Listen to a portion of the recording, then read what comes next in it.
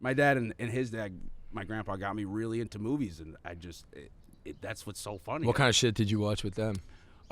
So my dad made me watch all Stallone. My dad was a Stallone nut. So I was my parents got divorced. I was like 5, 6 years old. My dad would come over his house. He had a 1-bedroom. He would be in his tighty whities, one sock on, smoking a cigarette, the filter, and just like, hey, what's up, you know? And then we would watch Rambo, and he'd be like, this is Stallone. Like, he was fucking just badass dude, just old school, just didn't give a fuck, like the best. And then my mom would walk in and be like, Scott, like, what the fuck? He's 5. And he would just go, Stallone. He's Stallone. Your boy, he goes, and like, you know, so I knew all the Rocky movies growing up, and I like wanted to be Rocky, and knew all the run times, and Carl Weathers was an athlete, and I just knew everything about Stallone, and was so inspired by his story, because he was like, you know, his famous story is they didn't want him to play Rocky, and he was like, fuck you, and he was right. And that's like, I just love that. That's his story in itself. Did your dad tell you that? Yeah. And he taught me that, and he was like, that guy, he's fucking cool. And, you know, that's he believed in himself. And then my grandpa he's super like autistic in a movie way, where he's actually, I think, the first bootlegger. So my grandpa his dad owned a movie theater in Brooklyn growing up, and he was obsessed with movies, and he has, I think, I don't want to get it wrong because he'll call me. He knows everything. He's 84 years old, so he'd be like, I read on the Instagram that you're dating Ice Spice. And I'm like, it's a rumor. He's just like, all right. So he knows everything, but I think he has like 4,000 or 5,000 VHS tapes that he personally watched the tube and recorded the movies on. So he'll have like 8,000 tapes with 5 movies on each of them. Has a full Leonard Maltin's guide, his own reviews. So he'll be like, yeah, he's proud. He'll go over, he's like, pick an index card, any movie, go ahead, whatever.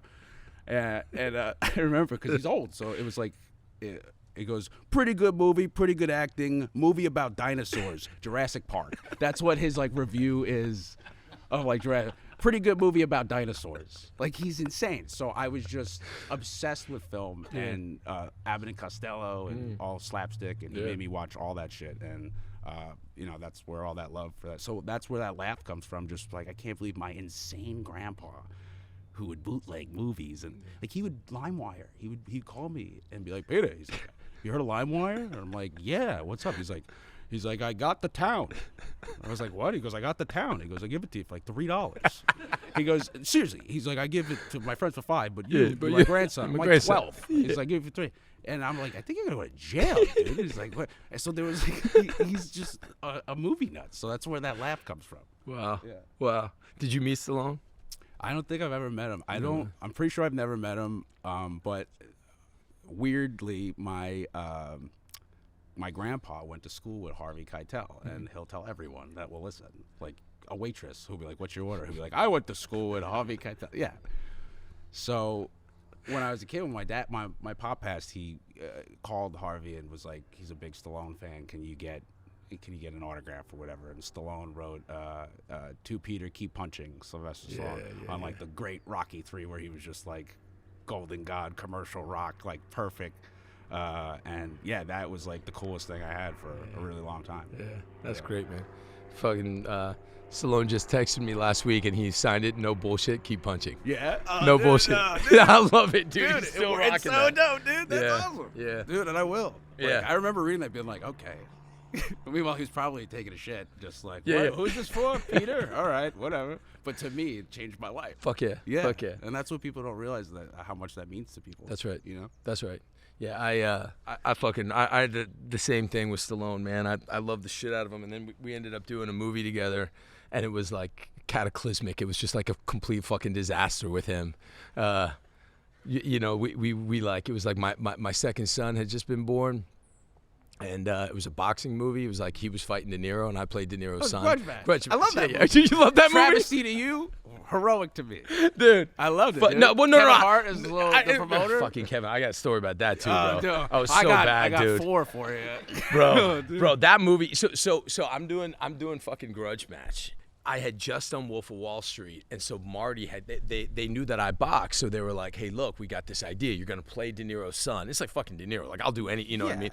And you're going to play De Niro's son, but since you fight, we're also going to do this flashback fight, and you're going to play like the young De Niro and do all the boxing. And I'm like, fuck yeah. So fucking, I just on Wolf of Wall Street. So Marty gives me all these tapes of Jake LaMotta and De Niro as a young man training. Whoa. So I'm like learning his technique. Right. I'm copying his shitty fucking technique, and I'm learning all the shit.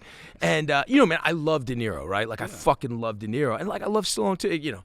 But so when I go down, we're like go down for fittings or whatever it is down in New Orleans, and my son was born super early. Like he was like almost 8 weeks early. Like he spent like his first 2 months in the NICU, and like he wasn't getting out of the hospital. He was healthy, he was gonna work out, but like he was like 3 pounds. It was like all fucked up. Right. And I was in New Orleans for the shit, and then I flew home basically like my son was getting out of the hospital. It was gonna be like the first time I was actually gonna be able to like really get to hold him and like be with him. And when I landed in LA from New Orleans, I get this call being like, yeah, Sly wants you back in New Orleans for boxing rehearsal. I'm like, for what? And he's like, for boxing rehearsal. And I'm like, the fuck is he gonna like tell me about boxing? Like, you gotta get back on a fucking plane, you gotta go back for boxing rehearsal. I'm like, I didn't leave the airport. I'm like, motherfucker. I'm like, okay, cool. So I go back and I like get my ticket, I go back to fucking New Orleans, I get there, I take the button, like we go to this like warehouse gym, right? And we go to this gym and there's like posters of Sly like all over, like he had posters of himself all over the wall, like murals and shit. And he's in the ring and De Niro's in the ring with him, and like, you know, fucking Sly's in like great shape, and like De Niro's like, you know, he's green. I mean, he's like putting an effort, but like, you know what I mean, like these guys are like in their 70s, you know what I mean? I walk in, I just have like my boxing bag, and like as soon as I walk in, he's like, yo, and I was like, what's going on, Sly? And he goes, yo, you're next. And I was like, okay, and I start like wrapping up my hands, you know, whatever, and I just am like fucking, I start beating on this fucking bag, and they get done in the ring, and fucking Sly just calls it. He's like, all right, everybody go home. And I'm like, what the fuck did I come here for? And he goes back into the back, right? So I'm just like sitting there. I flew all the way back here for no fucking reason, but his stunt double, it's this guy Greg Rementer, is now like a huge fucking stunt coordinator, great guy. He's like, hey man, you want to spar? He's like, we're here, like we might as well, let's fucking spar, like we're here. So we start going in the ring, we start sparring. This woman comes out of the back, and she goes into my bag, right? And like, there's like rules in a boxing, like you don't touch other people's fucking shit. Just in life, just like you just like don't touch. Fair enough, right? Hey, lady, don't touch my bag. She's like going in my bag. Fine. We're like sparring. She's like going in my bag, and I'm like, what are you doing? She's like, you have this boxing liniment in here. I have this like Thai boxing liniment, which is like this shit you can only get in fucking Thai town. Super hard to get. I would rub it in my knees before I would like spar some. Like if I really need it, it like numbs your knees so you can move good. And she's like, Sly loves this shit. I'm gonna take it in the back. I'm giving him a massage. I want to rub it on his back. I'm like, you just went into my bag. And she was like, yeah, but he loves this shit. I'm like, but he's a motherfucker. billionaire. Yeah, you know what I mean? It's Fucking like, lotion, exactly. dude. Like, so like I'm fucking you like, get 40 all right, posters in here. You can go get that fucking lotion. The lotion, it's like a little fucking jar, bro. Yeah, dude. So I'm like, all right, fucking take the lotion, right? So I go back in, like I'm sparring fucking Greg, and we're doing our thing. He's beating the fuck out of me, and then 45 minutes later, Sly comes out. He's like in a fucking nice ass suit and a top hat, and he's like, yo, see you guys later. And he like walks by,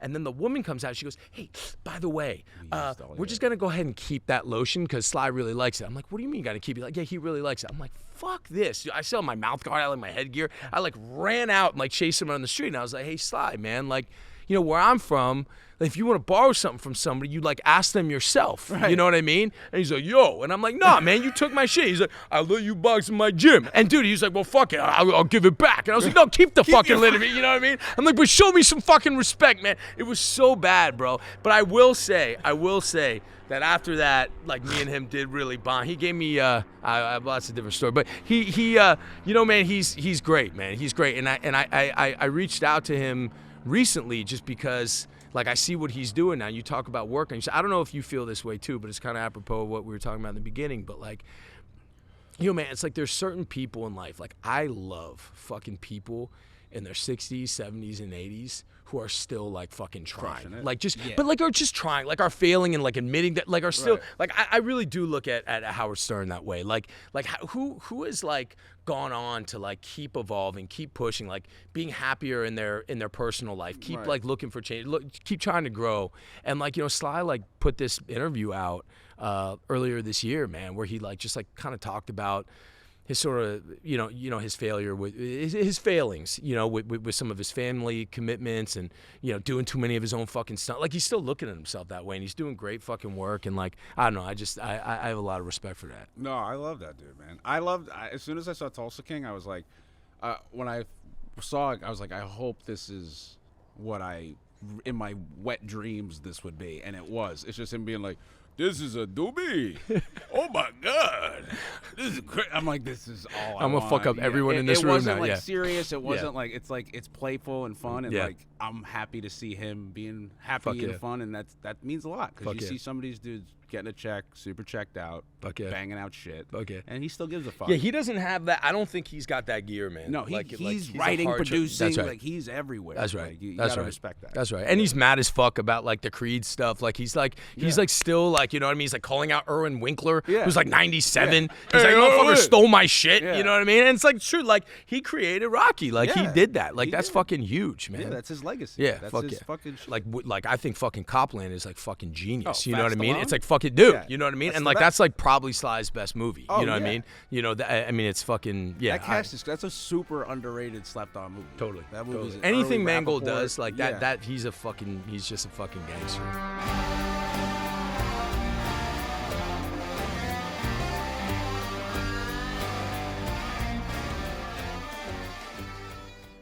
Hey, what's going on, everybody? It's John, Bam Bam the dog. First, on behalf of both of us and everybody from the Real Ones team, I just want to sincerely thank you guys for tuning in. The folks that I bring on the show, they're family to me, and being able to tell their stories and bringing you into their world is something I'm just super proud of, and again, grateful that you guys tune in. We've decided we want to take things just a step further. It's a Patreon community. And basically what that means is if you become part of this community, look, I already bored Bam Bam. If you want to become a part of this community, you're going to be able to hear episodes early and all that, ad-free and all that good stuff. But there's all this behind-the-scenes footage, all this stuff that we've shot that really brings you into the folks that we've had on the show, really brings you into their world. Live chats with me and the folks that I bring on the show to talk about their world, talk about the issues that they're dealing with, about their triumphs and their tragedies. Just go to Patreon/RealOnes on this website that you see right there, right on the screen, that's right in front of you. This whole idea was something about building bridges and bringing people together and bringing folks that often don't get the mic and giving the mic to them. So the fact that you guys tune in means the world. Anyways, again, thank you. Be good to each other out there. Rock and roll. I'm going to get a workout in a little bit with my man Eric Linden, stunt coordinator from The Punisher. He's coming all the way up because we're about to get after it. And when that's done, he asked me in the car, are you going to have my shake ready? And I know what that means. Am I going to have my Sun Warrior shake? They've got the active protein, but they also have this collagen protein, which is amazing. They also have the Warrior blend, which is a little bit lighter if you're trying to cut. And I believe in it. I believe in that Sun Warrior stuff. Go to www.sunwarrior.com/real ones.